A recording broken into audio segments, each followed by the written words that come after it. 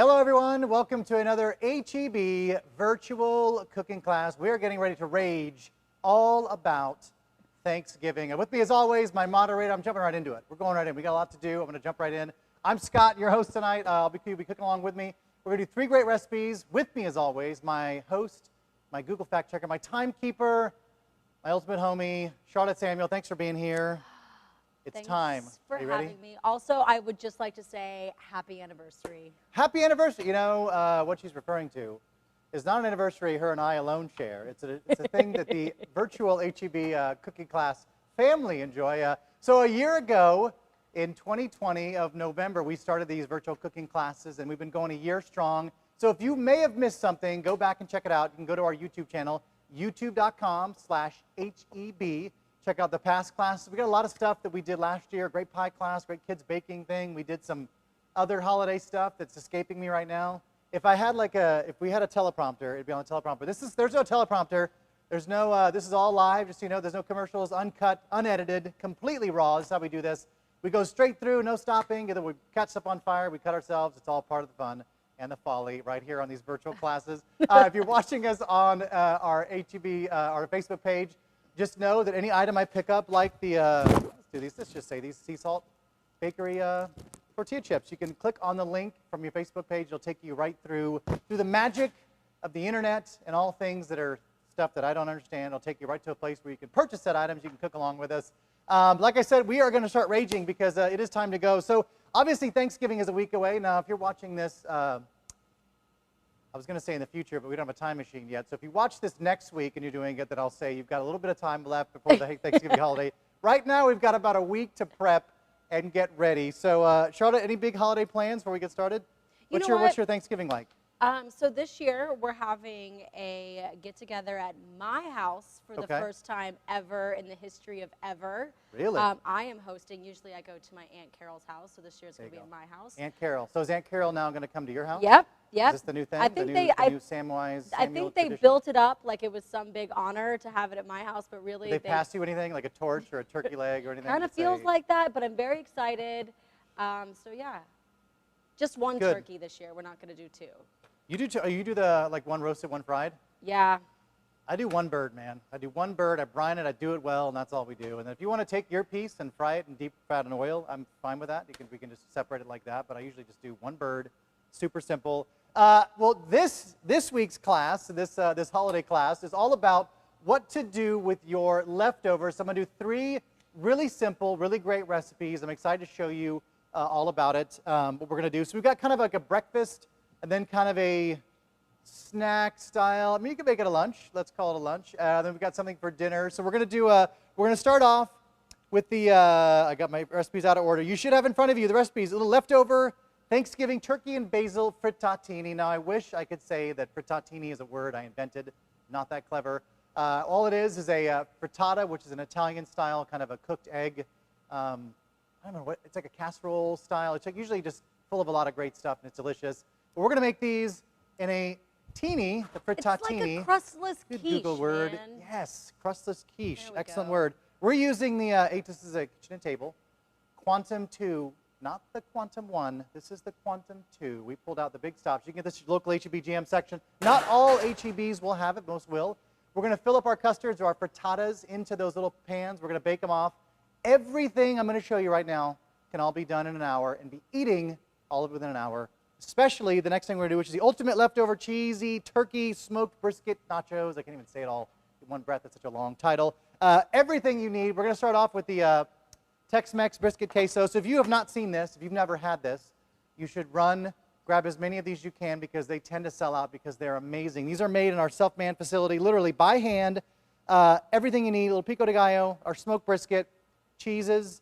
Everything goes in the oven, you melt it. I'm going to show you a great hack that we're going to kind of do to kind of spice this up, a little bit of heavy cream. What? That's right. We're going to show you how to make it even more decadent. And we're going to finish with, it's not as decadent, but then we're going to make a little turkey chickpea soup with cumin and lemon. Really, really great. Again, how to utilize those great leftovers unless your Uncle Fester took all the leftovers. That's fine because I've got a hack for that as well, so don't worry. If you gave away all your turkey and you're like, oh, I know so-and-so is going to take on my turkey, that's totally fine. I've got you.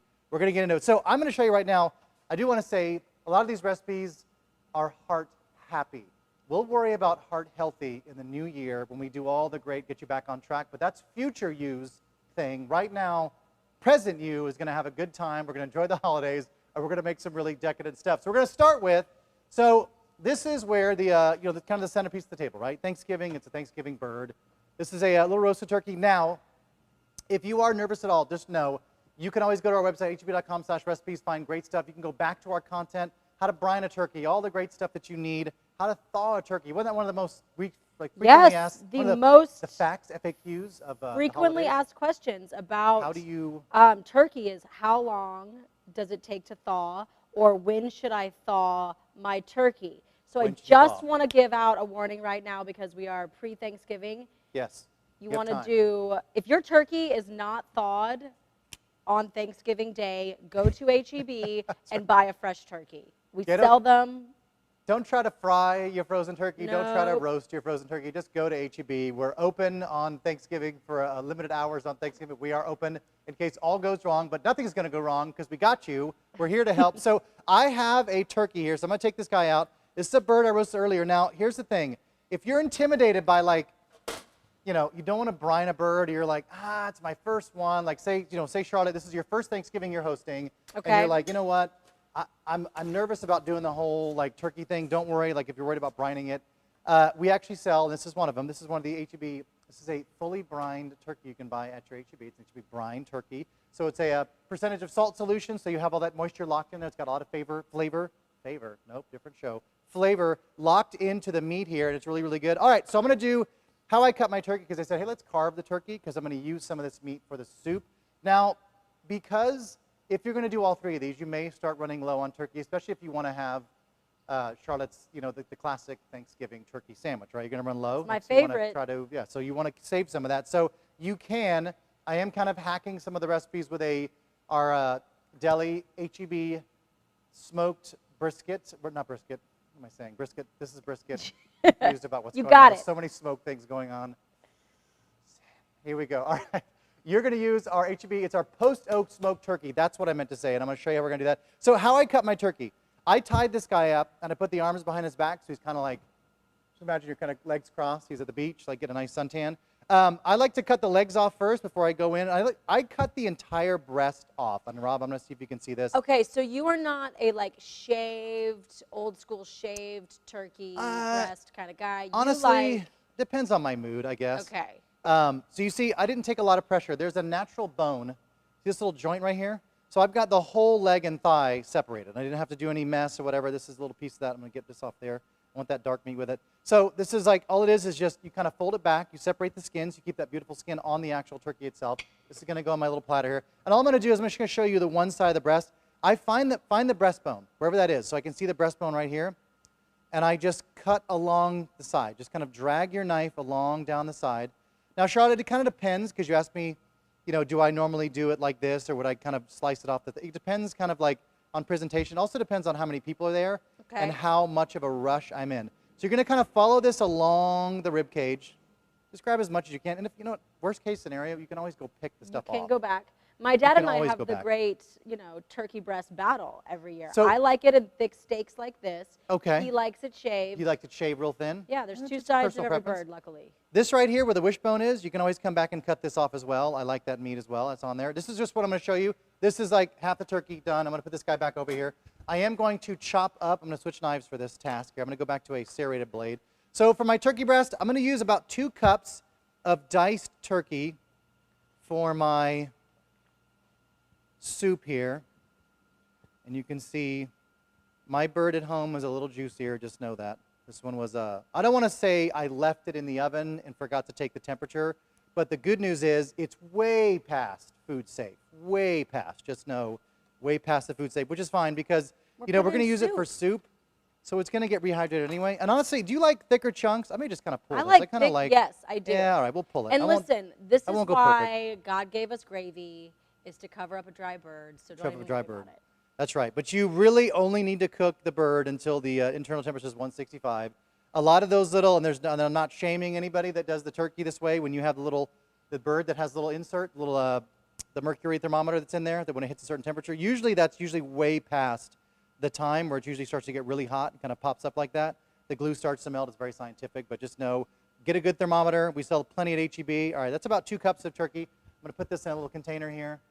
This is ready to go. So that's going to be for my soups, and I've got that all dispatched. Now we're going to make a little frittatini. Look at that. See, that's what you want. See those little chunks in there for a soup? I wanted to ask a question, Charlotte, for those that have been here, because we've been doing this now for a year. Yeah. Is there anybody that's watching now that has attended every single class we've ever done from the inception? Like perfect attendance? And if they have, Charlotte has a gift for you. What do you have for them, Charlotte? She likes to buy things, and so I like to throw around her money whenever possible, especially for you guys. So the gift I have for you, I'm going to give you Scott Tompkins' phone number, and he's going to come and cook your Thanksgiving Well dinner. played. I got room for a couple more, sure. All right, so we're going to make a little frittatini. I'm going to move my big turkey leg. Charlotte, that one's for you. All right, so the frittatini. So the teeny frittata starts with a custard base. This is what I love about, so typically when I make a frittata, I'm going to actually do, I'm actually going to make this in a blender because I want to show you how easy this is. Typically it takes everything out of the fridge that I've used. So like if I've cooked everything, typically I like to roast my turkey on a bed of nothing but like fennel, like the fennel bulbs, just cut in half and just lay it down on the turkey, no rack, on a sheet pan, and roast it that way. That way all those juices from the turkey kind of, get all enveloped in that yummy fennel, and it gets roasted. I usually will chop that up and put that in eggs in the morning sometimes. But it's literally like, it's kind of a garbage thing. Like throw all your leftover stuff. I would leave out of this cranberry sauce. You could probably put in mashed potatoes, honestly, it'd be fine. But I would leave out probably the cranberry sauce or the sweeter stuff unless you want like a sweet kind of custardy, bacony turkey. Nope, let's just leave that out. Just leave the cranberry sauce completely out. We'll go completely savory on this because that could be a whole different disaster. All right, so I told you that if I don't have enough turkey, I'm going to use our Post Oak Smoke, as H-E-B Post Oak Smoke turkey. So here's what I love about our H-E-B deli is that I had the H-E-B partner cut me and she was very happy to do so because, usually they slice everything so thin. They cut me on a 10. So this is a 10. So it's a nice, I don't know if you can see this, Rob. So it's these perfect, like they cut them in thick slices, then I just cube it up so it's ready to go. Super simple. All right, to make the custard, there's very few ingredients here, right? The basil. If you're not a fan of basil, you're like, gross, basil, eggs, why? Stick with me. Just know that basil and eggs are very good friends, and they work very, very well with all these components together here. Agreed. Instead of turkey, you could stick with just bacon. You could stick with the roasted broccolini or cauliflower, saute that, and then throw that in the custard too. It's really, really good to do kind of anything you want. Brisket, whatever you want. All right, I've got 2 cups of heavy cream. So talk to us really quick about like the fundamentals of a custard, right? So I missed the trash. I saw that and you missed the trash splashed can. cream everywhere, and I'll get it later. It's fine. I'll clean it up later. So talk to us about the fundamentals of a custard. So in the custard that I want to do, so typically if you're going to make like a custard, like, and I would consider, like most people think of custards, they think of like an ice cream custard or a frozen custard. Is usually something that's thick, that's cooked down, that's eggs, that's kind of thickened with eggs, that would kind of like thicken, and then you'd cook it first and you'd freeze it for ice cream. But in like creme brulee, you would cook it, it would thicken up with all the egg yolks and the cream. I make my custard the savory way. I know it sounds weird to say custard the savory way. It kind of sounds like, I want to say sweet, like frozen custard, but I use an equal amount of eggs and heavy cream. Okay. So it's 2 cups of heavy cream, 2 cups of eggs, which is about 8 large eggs. If you're using extra large eggs, or you use extra large eggs, you probably need a little bit more, or a little bit less. Sorry, you need about 6 to 7 maybe to get there. Some of the eggs I've been finding lately, the large eggs, have been pretty big. They're pretty big eggs. But anyway, they do it by weight. So I would say 8 eggs you're safe with, about 2 cups. This gets blended up with a good pinch of salt and pepper. Why? I've got salt, I've got some Parmesan, I've got a little Romano blend, I've got bacon. All those are salty, but the custard is like, he's the guy or the girl that's holding it all together. It's the glue. So you want to make sure this is seasoned well enough, because all these great things are good, that they're, all these things are salty, but they're little pieces kind of all over the custard, and so, or the frittata, so you may not get those pieces in there, so you want to have a good amount of salt and pepper. I do, for me, a big pinch is about a teaspoon of salt and pepper in there for me to get it all blended up. All right, now because we, all of 2021 and 2020, we've done this, and we've had good luck, and I'm going to knock on wood, Rob, because we haven't lost a camera yet to the open blender. This is just our thing that we like to do, the open blender here, because it, number one, it lets you see it. This is not, that's not good TV for you guys, right? If I'm like, okay, and I'll blend that up, you're like, cool, I'm looking at the top of his hand in a blender. But this is more fun. There's a little risk involved, so we're going to start this bad boy up. He's tempting the fates every time he does it. I do, like this. we're going to start this up, and I'm feeling totally comfortable. No, we're going to start it up, but we want to, this is just going to blend enough. We just want the eggs and the cream to blend. I'm not going to go super high because I don't need to. You're going to notice it's going to start to volumize. We're going to get a little air in with our whipped cream and our eggs, and so it's going to kind of like start to, you see it just start to go up? We're going to volumize this. Rob, we're batting 1,000, man. Still in it. We're still in it. All right, this gets set aside. Now this is going to get poured over this mixture, which is just this simple to do. So imagine, you know, Thanksgiving. Charlotte, you said something earlier in the rehearsal. You're like, you're the person that after all the stuff is said and done, you're like, I don't want to eat. I cooked all day. I'm exhausted. And like, I was going to give you my tip for what I do. Because it's true, like once you cook all day, if you're the one that's majorly in charge, it's stressful. It's tough. It's like, oh my gosh, everything, oh, is this cooked? Is this whatever? So like the way, my advice to you is at the stroke of 11 a.m., wherever you are with your turkey, whether you're noon, you just pop open a bottle of wine and you just slowly start sipping while you're cooking it. Just breakfast of champions, of course. Progression. I'm not talking like binge shots or whatever, or just a slow progression. And you get there and then you just enjoy it. I can't eat Thanksgiving lunch proper. I don't eat We do like a late afternoon thing. Until like about 11 p.m. and that's when I make the most incredible turkey That's when you sandwich. do your, everything's settled, like you've got like your nerves. The Pile High Club. It's just like a tiny piece of bread with everything from a Tupperware. All the stuff in there and all the pieces of broccoli and all that stuff. All right, I have our, this is the Quantum 2, the kitchen table. This is a fantastic pan. I used it earlier. I actually did a dry run in this. This is how clean this got. It came right out because we sprayed our pan liberally. I can't say that enough. You've got eggs, which tend to grip things, right? So as they're cooking, it's going to grab onto stuff. You want to make sure when you're ready to get it out, it'll just slip right out for you. So spray it liberally. That's my one warning on that. And then from here, I'm going to put on gloves, but just know it's food safe because this is not ready to eat. I'm going to bake it, obviously, at a high temperature. But I'm going to use a glove here. So I'm going to show you. So it's a little bit of our, these are huge pieces of turkey. We're going to go for it, you know? Somebody's going to get a nice little bite of that turkey in here. So it's just, this is just all it is, right here. So this is also fantastic because it's not just for you know, the day after Thanksgiving, but this recipe could be used for meal prepping any day of the week. Anything. And you can use, like you said, you could get the turkey from the deli, the HB deli. You could use the stuff that you have in your pantry or the refrigerator. I love it. The bacon, got the eggs. Yeah, the herbs. I love herbs and eggs. If you haven't done herbs and eggs, try it at least once because I think you'll be pleasantly surprised. The basil and eggs work really, really well together. Chives and eggs are really good. Yeah, chives is really good. I like the garnish of green onions. So I'm going to fill these up fairly big here. So why not pour your custard in now? Well, reason being is because as soon as we put all these dense ingredients in there, it's probably going to overflow. So we want to just fill these up to the top with our with the custard as we're doing it. So a little Parmesan cheese in each one. Again, we want that nice sharpness here. Got a lot of salt going on. We want to make sure it carries throughout here. A little Parm. I got a little Romano kind of blend. It's, again, whatever you want to do. Smoked cheese is also really good. I love Gouda in this. I'm also a big fan of feta. I know feta is a little polarizing. I love feta and eggs together. It smells like feet. It does. I'm not going to lie to you. It does smell like feet, but it does taste delicious. You walk around smelling feet? Look what I do in my private time. Charlotte is none of your business. Let's just say that. I don't smell a lot of feet. No, but it does have that, like, you know, it's got a very, like, you know, it's got a little funk going on it, so it's like one of those things. All right, so here's the basil. Let me show you how we're going to chiffonade our basil here. So I want to make sure, because you've got beautiful basil, that I just give it a quick rinse, nothing too big. I don't want to bruise it. Basil is very, very delicate. So you see I've got a leaf here, but as soon as I start to like rub it between two fingers, you're going to start to notice it'll kind of start to discolor. It kind of gets like, you see the little spot? We don't want to handle this too much. We want to keep it really, really light. So I'm going to kind of take my entire loaf here. Basil is one of those herbs where it has kind of the softer stems, I would call it. What did you call it? Tender stems. You called it tender stems earlier. It's got tender stems. It's not like rosemary, which is what I would call a woodsy stem. Just kind of roll it up, and we're just going to really carefully, just thinly slice it, kind of just a basic chiffonade. Reason why we're going to chiffonade this like that is because I want to, once we actually put it in the frittata, I want to make sure that it actually, the little strands, so you can see how pretty that is, those little strands, that you get something that runs throughout the entire frittata, right? So here we go. So a little basil on top of each. Basil, it's got the cheese. I'm telling you, the basil is killer in this. Beautiful. Thyme's also really good. Again, like you said, Charles, the chives.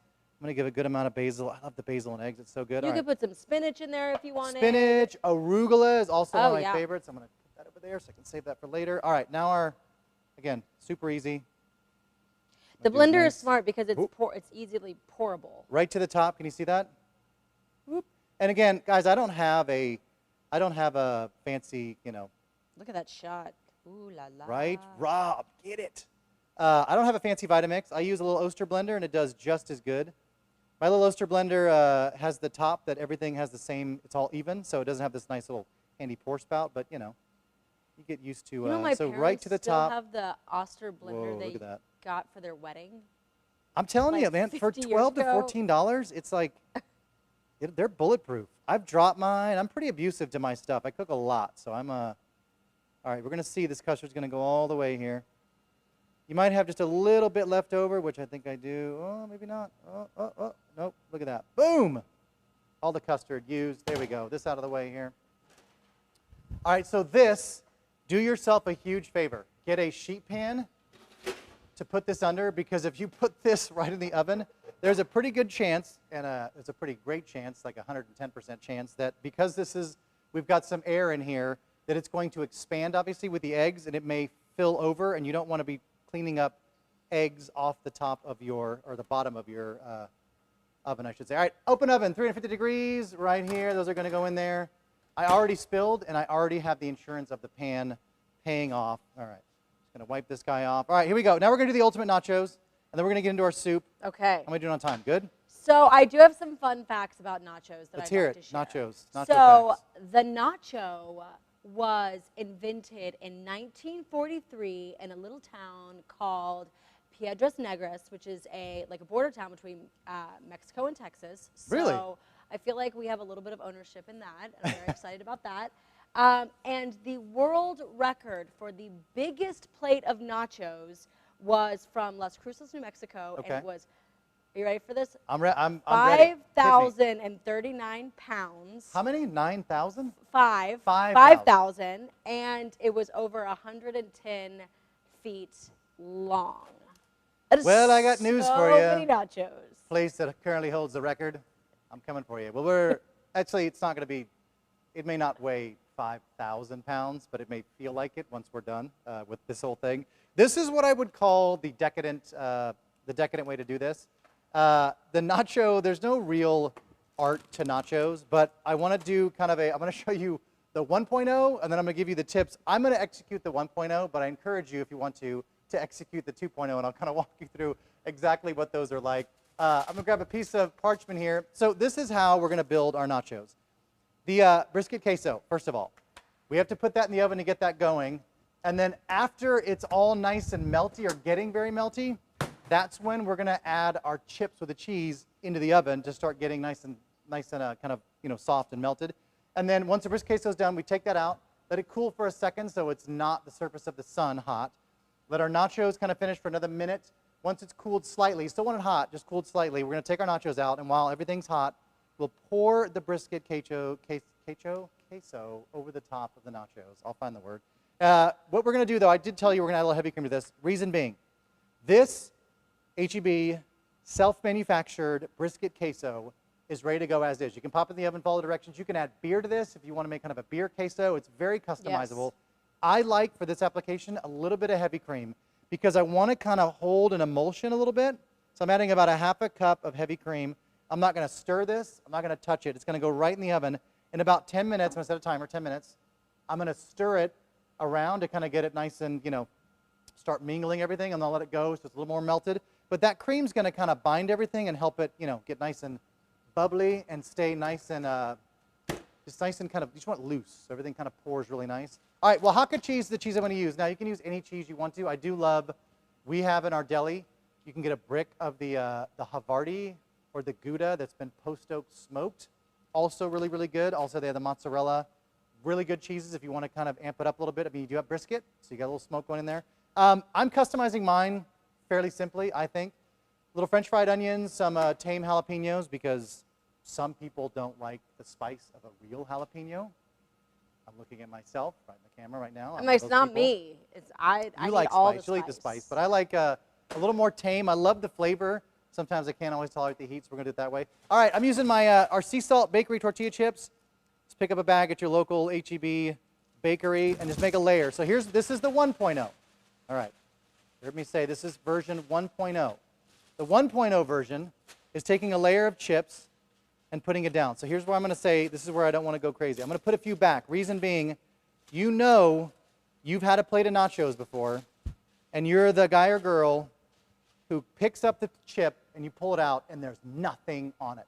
It's frustrating, right? You don't want to do that. We don't want to make nachos where somebody pulls a chip out and goes, Scott, I'm so, like, what did I do to deserve this plate of nachos that have nothing on my chip but just a chip? And I'm like, so I want to help you guys avoid my shame, and I want to have you make sure that you layer it out enough so that we can really get cheese to every surface of this. Don't need to like cover it in like 3 feet of cheese, but we want to make sure we have enough. All right, I'm going to do a little Oaxaca cheese here. I mean, to go on it. Want 3 feet of cheese. And you can, because I'm going to show you the version. A little bit of like chips with my cheese, please. It kind of, I mean, it is, right? All right, so here's where we're going to go. We got the turkey. Okay. So this is where I could also take my leftover turkey, shred that over the nachos as well. I could pull it really, really thin and kind of get that like pulled pork kind of feel going with the leftover turkey. But again, I'm going to use a little bit of my other turkey here. Whatever you have. This will also be good for the thigh meat. Dark meat is really good on something like this. All right, a little of that. I got a little of that. I got a little bit of my jalapenos here. Again, these are the tame jalapenos. I'm going to go a little crazy. Oh, you're not going to chop those? Those are the real deal. Okay. I'm going to go big. Well, in rehearsal, I had the chopped ones too. But I'm like, you know what? Let's go big for presentation-wise. I just got these big jalapenos. All right, those are in there. This may seem totally weird to you. You probably are going to have some of these laying around, right? If you did the green bean casserole, the fried onions. I love the fried onions on top of this because it just gives it like an extra. Why not? Enough. I didn't save enough, Charlotte. Who was eating on these? You probably. Oh, man, you're 2 for 2. You feel my shame? The trash can is 4 feet away. Twice. It's like I went down. Like when there's no follow through. Just down, straight down. That's okay. All right, so I've got that on there. This is where we could like do a bunch of other stuff, but let me just show you this. This is a bag of Oaxaca cheese. Again, any cheese you like. I love Oaxaca.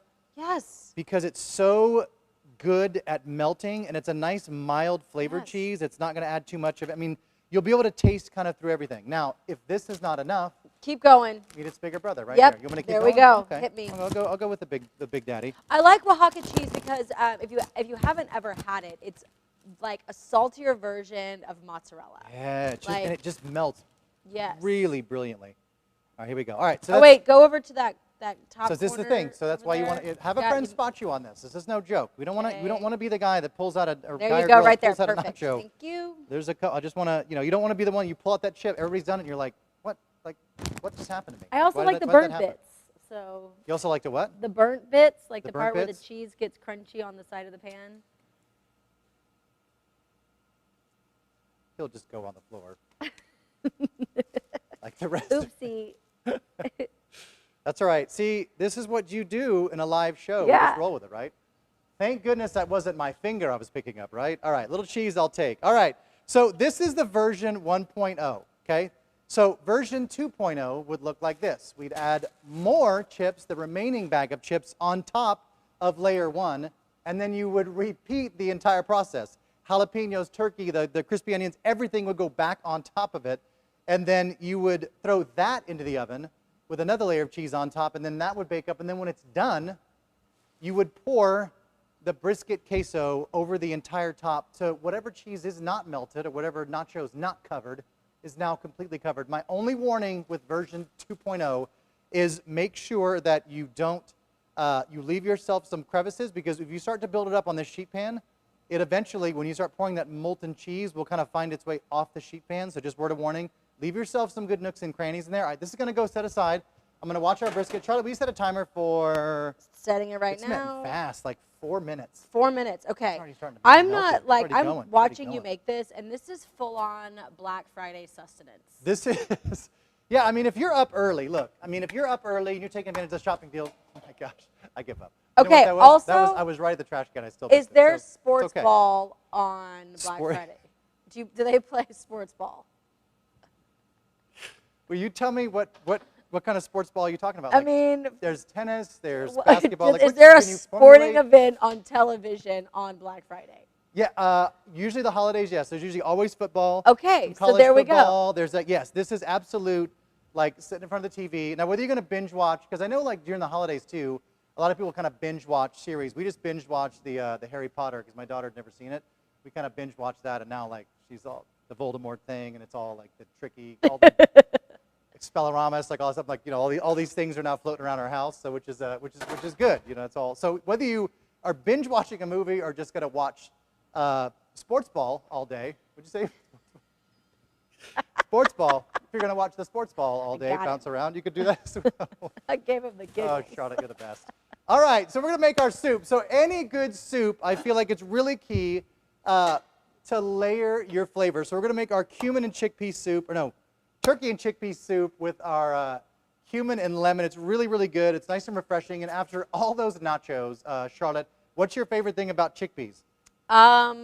Clearly, it's the fiber content. There's so many wonderful things about chickpeas, like great source of protein. They're an antioxidant. Yep. They have so many great things. I love legumes, but there's a great fiber content in chickpea. Yep, exactly. So there, again, this is going to be future use problem. We're going to worry about the heart happy now, and then we'll just like everything, right? It's all about moderation, if you will.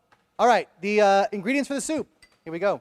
A little chicken broth. Typically, I'll use salt-free or unsalted chicken broth. Doesn't matter, organic. Chicken stock. I love to, if you really want to get hardcore this holidays, you can always take your bones from your turkey like I have here. Oh, take yeah. all of it, the whole thing.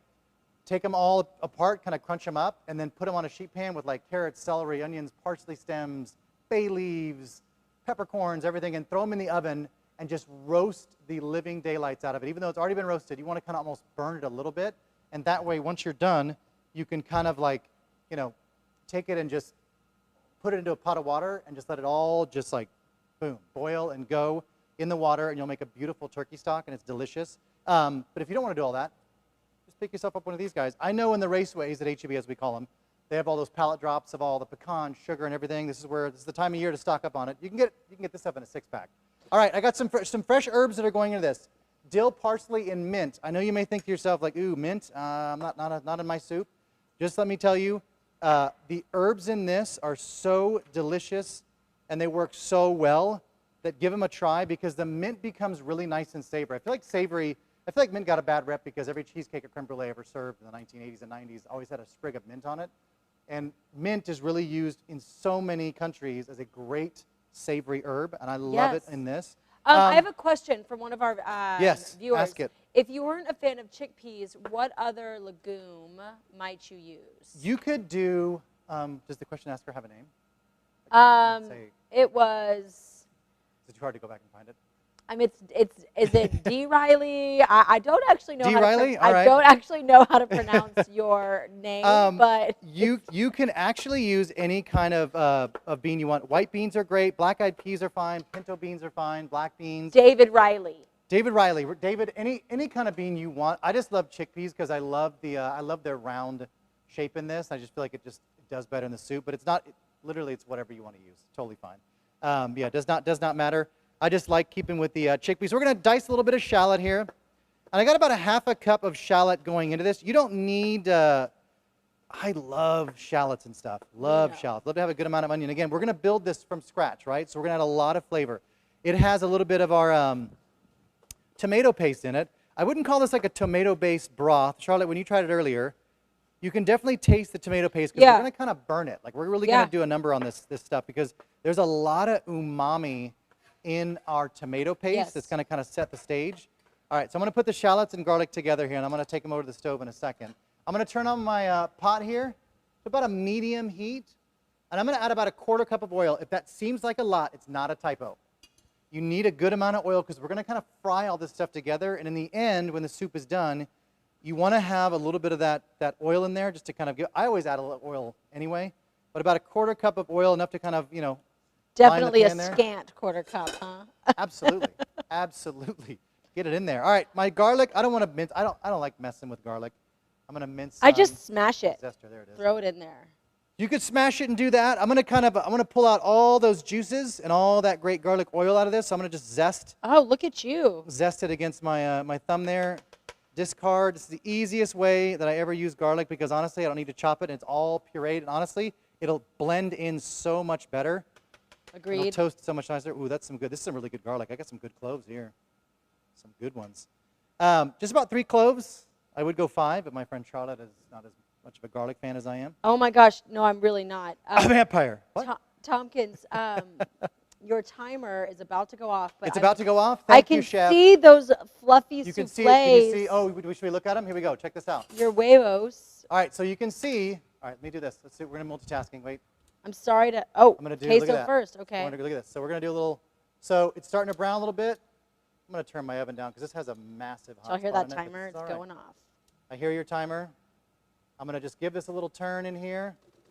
I'm going to put that back in there. I'm going to lower this to about 325. Start. There we go. All right. Now these souffles, you ready? I don't want to let all the air out, but I am going to cheat. I'm going to show you this. It's really cool. So we built up a lot of air, right? So it's got the egg, it's the souffle, it's the cream. So you can see how they're puffing up? They're little so hot spots. beautiful. So I'm going to kind of turn those around. Now, when you see these in the oven, it's going to be really, really nice. They're going to look really, really beautiful. They're going to get golden brown, and they're going to be perfect. But just know, like any good souffle, it will fall on you, and that's okay. I'll show you the end result. It's still plenty fantastic. All right, here we go. Tomato paste, olive oil, hot. Tomato paste goes in. We're going to get that really, really fried. Cumin seeds. You may think to yourself, I don't know, like, why can't I just use cumin? Cumin seeds are going to toast, and I promise you they are going to get very, very soft through the cooking process, and it'll be like this little morsel of like flavor pocket. Like a little grain type thing? Yeah, so good. About a tablespoon of our delicious oregano. Is that Mediterranean? That's our Mediterranean. Okay. You can use Mexican if you want to. I feel like Mexican's a little more, has a little more herbal to it, which is totally fine if you want to do that. I like the Mediterranean. It's just easier to grab. A couple of bay leaves, 2, 3. What do you say about if you get the bay leaf in your, what was the There's wives' like tale? some, you know, like old wives' tales or, you know, some, if you get the basil, if you get the basil in your soup or in your spoon, you have like good luck. Or some people say if you get the basil, or not the basil, the bay leaf in like in your spoon or in your bowl, you have to do the dishes. So there's like different, like, you know. I must get that a lot because I do the dishes all the time. But dish I'm really, you know what? When you're good at something and you have a skill like I do, I'm pretty much, I don't want to say I've reached master level of doing dishes, but I could compete with the best of them. Sorry. I could definitely compete with the best of them. Does that mean that I'm really bad at it because I never do the dishes? I mean, no, it's a look, you haven't, you're you know, maybe still a Padawan, you know, as you're learning, as we come up in the ways of a dish master like myself. You know, it took a long time to get to that level, but you know, stick with it, Charlotte. It's just like anything, you know. You just gotta keep repetition. We're toasting this. I'm gonna let this go for a while. What you're gonna see is you will eventually see the red color of the tomato paste kind of turn that really dark crimson. That's when we know we're getting a really nice toast on it. It's going to toast the garlic because you're going to get some real richness out of this. I'm going to use garbanzo beans in this. Again, you don't have to use garbanzo. Riley, if you wanted to. David Riley, right? Is that right? Yes. David Riley. David Riley. I'm actually going to add the liquid from the garbanzo beans, also known as the aquafaba, which is pretty big, I think, in vegan cooking, right? Don't they use that as kind of like an egg replacement? You can whip it. You can whip it and make like a, sweeten it. And, yeah. Exactly. Really quickly, we have a question from Edmund, and he wants to know what temperature the frittata's at. So 400? Yes? I'm at 350, but I'm just kind of watching it. You can cook it higher. That's pretty heat tolerant, so you just kind of have to watch it. You want to make sure that, if we did before, I said the jiggle and the wiggle, cheesecake, it's okay to have the jiggle. Jiggle's good. The wiggle's still wet. Like wiggle has that little wiggle where it's kind of like where it kind of jiggles and kind of keeps going, like where it's wet in the center. These should be puffed up. Wait, show us that dance move one more time, please. You have to, if it was a class, you have to go on youtube.com/HTB and you can check out the wiggle and jiggle. I did a whole thing on the wiggle and jiggle, like the wiggles, like wiggle like keeps going. It's like, woo, like wiggle, because it's wet. Jiggle, like it kind of jiggles like, okay. Like, and then kind of, okay. And then like, it's just set. You know what I mean? Like Jell-O. Yeah, it comes back to its shape. Yeah, it's like, I mean, you could say Jell-O. You could say that. It kind of holds its shape, same thing. I've been known to do frittatas at different temperatures. It kind of depends on what I've got in there, how much I cooked. A lot of times, if I'm not making them in the muffin tin like that, I'll do them in a pot just like this little nonstick skillet. I'll saute all the ingredients. You add your eggs and your cream. You kind of move it around, and then you transfer that to the oven to kind of finish baking. Amazing. And then you can just cut it like into little pie wedges. All right, so you can kind of see the color. You know, I realized I could have used, this is a great kitchen table nonstick pan. These are under $40 for a fantastic pan. I will tell you, my endorsement for being here in our test kitchens, we use these a lot, and we beat them up a lot, and they do really, really well in our professional kitchens because we like to test these. But I should have used we have another pretty one right here. You can see the little kitchen table, different color. You can probably see the crimson color coming a little better versus the copper. We're copper toned.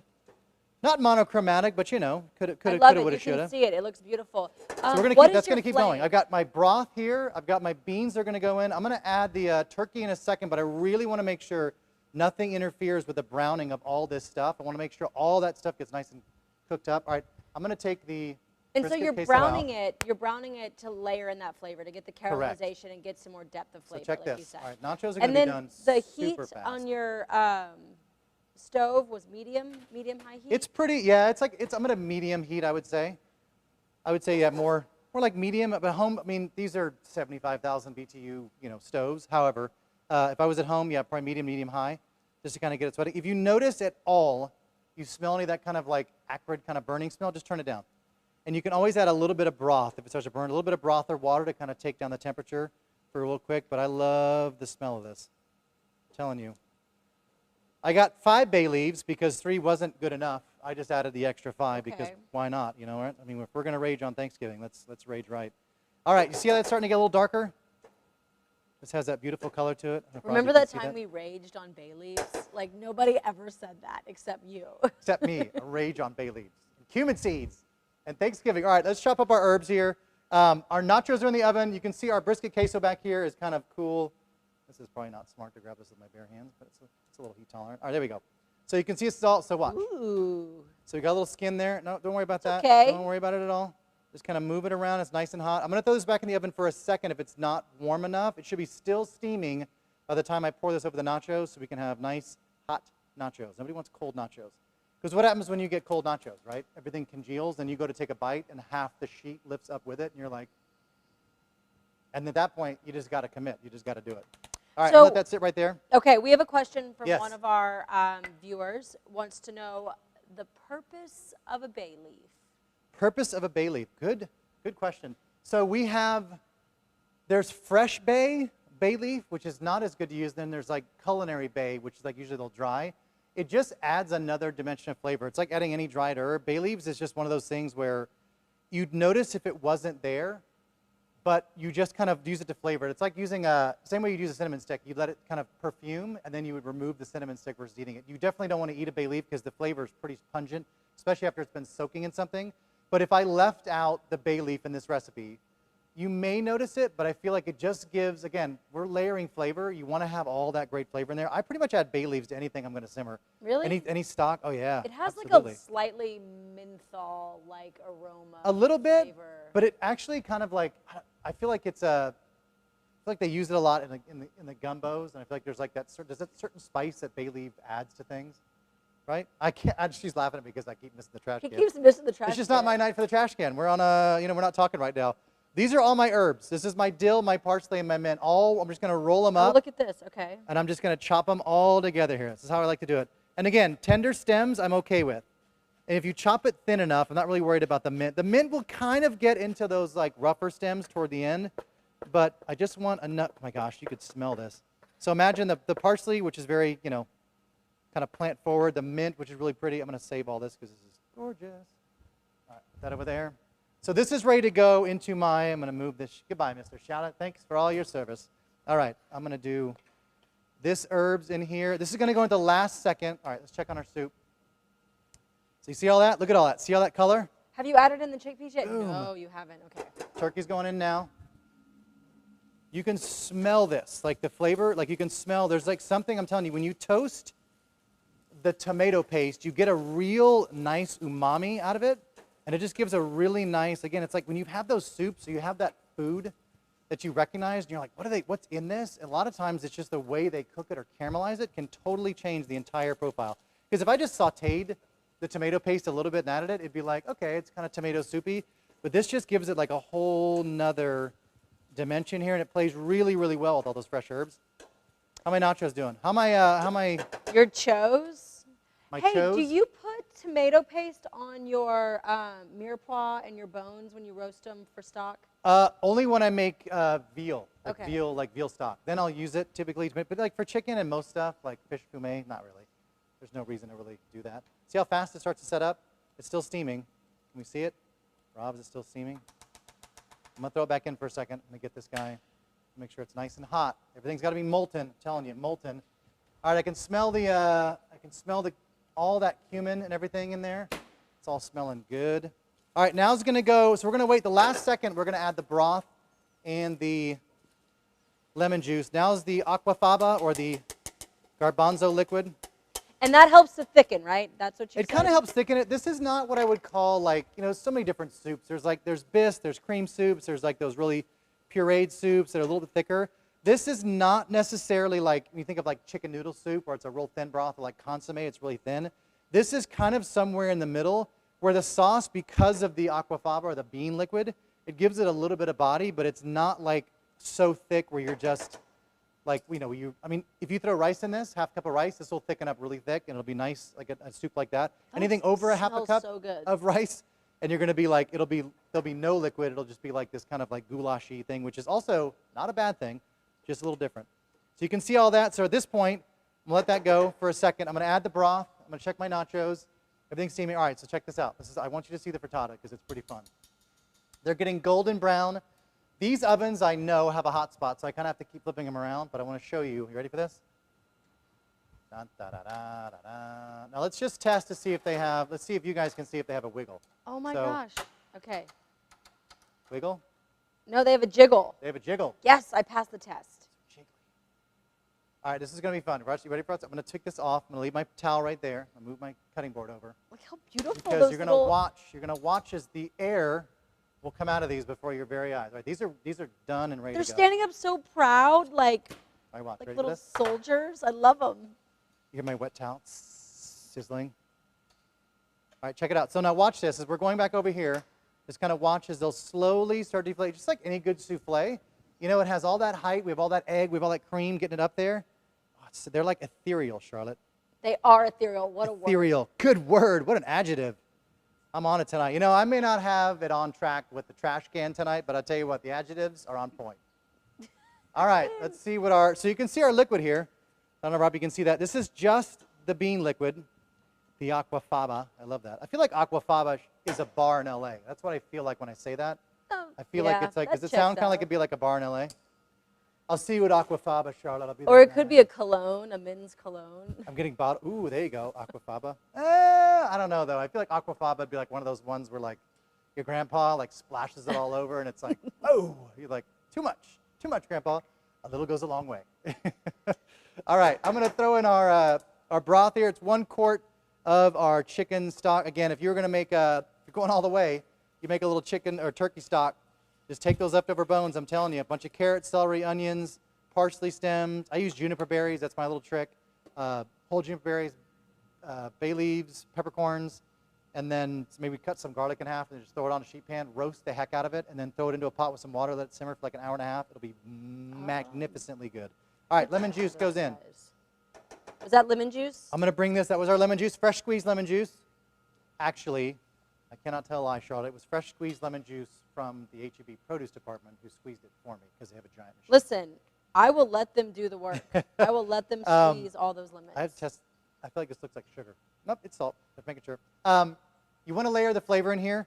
I gave it a pinch of salt earlier. I want to make sure I season it really generously. That's the difference between when you have something in a restaurant and you make something at home. Typically, the chefs are seasoning aggressively. That's what you do. That's all you got to do if you want to. One of the quickest tips to cook like a professional chef is to just season your food. Season it aggressively. Don't be scared. Because all that layers of flavor, all that good stuff, if you never touch salt on this and you went to taste it, you're like, it tastes like bland tomato water with some garbanzos and maybe a little turkey in there. But if you had salt, that's when you start getting like, ooh, I taste all these great nuances of caramel and all these different things in there. All right, our nachos, you ready for this? Everything's bubbling. Yes, I've been waiting. Oh my gosh. You see? Look at this. Did I tell you? They deflated a little but it's okay. bit. That's this okay. is okay because that's still really hot, so I'm not going to touch that with my hands. I'm going to put this over here. Our nachos. Here we go. Oh, Rob, you better be ready for this. Here we go. I got a plate ready to go. I got our nachos. How am I doing on time? Am I all right? You're doing great, man. All right, You have plenty of time. Hot, hot. All right, I'm going to give us a turn. Actually, I'm not going to tempt fate. My trash can experience tonight has told me, don't tempt fate. Do it safe. Do it the right way. All right, I'm just going to kind of scrape the sides here. This is exactly what I wanted. Nice, steaming brisket queso. Here we go. So if you look at my nachos, now this is not my proudest, 1.0 nacho. There is some, when I messed up and moved the thing, you can see I'd be the guy that like, cool, so here I am again. I'm at your house, the nachos, and I'm just going to eat this plain chip. Like, fantastic. You just poured that queso on it, bro. What exactly. You That's made what we're that. going to do. Exactly. You made that chip in the trash can. I did not. It flew so far outside the trash I can. was trying to give him one, guy. You were trying. You know what? I appreciate that. So we're going to go molten over the top here. Again, you want this to this is going to create that extra layer of insulation for our cheese that's already kind of melting. So you've got just more hot melting cheese right over the top. Get out, Charlotte. So Look good. at this. I'm So not going to lie. Imagine the 2.0. Can you imagine? I was see if I hoping you can were make going to put some frijoles on there, but I'm not So mad about again, this. you can customize it. Dude, you can't hit a shot today. That's okay, because you know what does hit? These nachos. All right, here we go. So I've got my, what did you call this earlier? I said it was a hot holder? A trivet. I called it a trivet, yeah. I would have struggled forever trying to find that word. Hot nacho. So here we go. A little bit of green onion over the top. I feel like you got to have green onion. It's just that you got to have that aromatic kick to it. Little green onions all over the top. Boom. That's done. Nice and hot. Pad moved away. All right, our frittatas. I want to show you these real fast. I'm going to plate up our soup. This is all, that's bubbling away. I want to show you this real fast. Can you throw some of that guac on those chos, man? Oh, yeah. Let me go. I'll go Jackson Pollock on the guac here. All right, our herbs into the pot right now. Whole thing in. Give them a stir. Now that this is all at a simmer, bring it down and just let it sit over low heat. And we're talking like maybe 20 minutes to half an hour. And then you are good to serve over rice, pasta, anything you want to serve it over. It's really, really good. Okay. Our frittata. Wait, no. Guac. And I'm going to use the big spoon, Charlotte, because it's Thanksgiving. It is. You know what? This is a time of being thankful and reflecting, and right now I am grateful for you. This is going to feel vindicated. You know what? That was really nice. I appreciate that. I was going to jump right over that. You know what? Let's unpack that a little bit. I'm also thankful for you. Also very thankful for everything we have going on. I'm thankful for this team of people. I'm thankful for our customers and our clients who watch us have fun and make folly of ourselves every once in a while, but have a good time showing you all the fun things you can do with food. That good? Oh, good? man, So so this is good. now, in the recipe you'll also see, it does call for sour cream, but I'm not a huge sour cream fan. Let me qualify that. Let me unpack that as well. Sour cream. I'm not against sour cream. Don't hate sour cream. I like sour cream in things. Sour cream whipped into dressing, sour cream in baked goods, all that kind of stuff. But I'm not a huge fan of it just like on top of my nachos. This is where we part On the side. ways. I know. It's It one was of those. great knowing you. Best of luck. I'm also thankful for you and I parting ways on the sour cream issue. I think that's okay. I think that's totally fine. All right, let's plate up our soup. And then I'm going to show you my frittata here. All right, I made a little bit of soup earlier. Katie, she's one of our fabulous digital Content managers. wizards who, I just call them wizards because what they do is magic. She found this at a local HEB. I didn't see this at my HEB. I grabbed a couple other things because why not eat soup out of a bowl or a cup? But you can also get, I'm going to mess up the display. They're going to yell at me. Here you go. Look at this. Look at this guy. Soup mugs. This is like, take it to go. I saw this and I was like, that's genius. So a little thing, hot, good to go. Reason why I like cup of soup is because, number one, now I'm mobile. I don't have to hold a hot pot of soup. I got a handle. I got mobile. I can eat and watch the sports balls. Sports ball. The Chiefs. Whatever's going on, I'll walk around and watch those guys. But I also love it because it's so perfect. What I am going to do to this is I am going to serve it with a little bit of Greek yogurt on top. And the reason I'm going to do that is because I like a little bit of acid kind of on my, I don't know if you can see that, Rob. Look at this. Oh, man. Oh, mama. So I love to eat soup. You know, canned soup has come a long way. I'm not going to lie. Yeah. It has come a long way from where it used to be. I love the fact that in soups, you can see the flecks of so you can see that I like that little oil slick that's on top from the oil. Just add olive oil. I just feel like it gives it just such a nice, like, kind of sheen to it. And like a kind of like a velvety richness. I like it too. Good. So many good adjectives tonight. Velvety richness. All right. So a little yogurt. So I'm just going to use our HB organic Greek yogurt. Okay. I just want a nice thick yogurt. That's all I'm looking for. So let me ask you this: when you do Yep. soup, are you more of like, are you like a more like inclusion stuff person Yep. or more a Oh, yeah. broth person? So in this soup right now, what would probably be in this if I was making it again at my house? I'd probably have like kale or arugula or spinach or something Yes. else. Or even, I love the shredded cabbage in soup. So good. Oh, Or why didn't we rice or do something. that? Why didn't we? I don't know. You should have reminded me. I should have. All right. A little bit of our yogurt just right for on me. top. I love it. I love it. I love it. It's that little bit of acid on there. And I'm going to hit it with a little salt and pepper just because I have to. I can't leave it alone. All right. Boom. Boom. And finally, a little frittata. So you can see our, I want to show you these because these are the ones I made earlier. So here they are. So these little guys, if you'll see that? Look how pretty that is. They're light, they're fluffy, they're delicious. They smell really, really good. These are the Starbucks egg bites. I made one. I before made one in you the trash. did. Yay! The Starbucks You're egg back, bites baby. are in there. All right, but check this out. This is how easy this is. This is our Quantum 2. It's cooled off. It's kind of cool. It's still a little hot. Quantum 2 pan. You ready for this? I did not. There's no magic. What you didn't see me do was loosen any of these frittatas.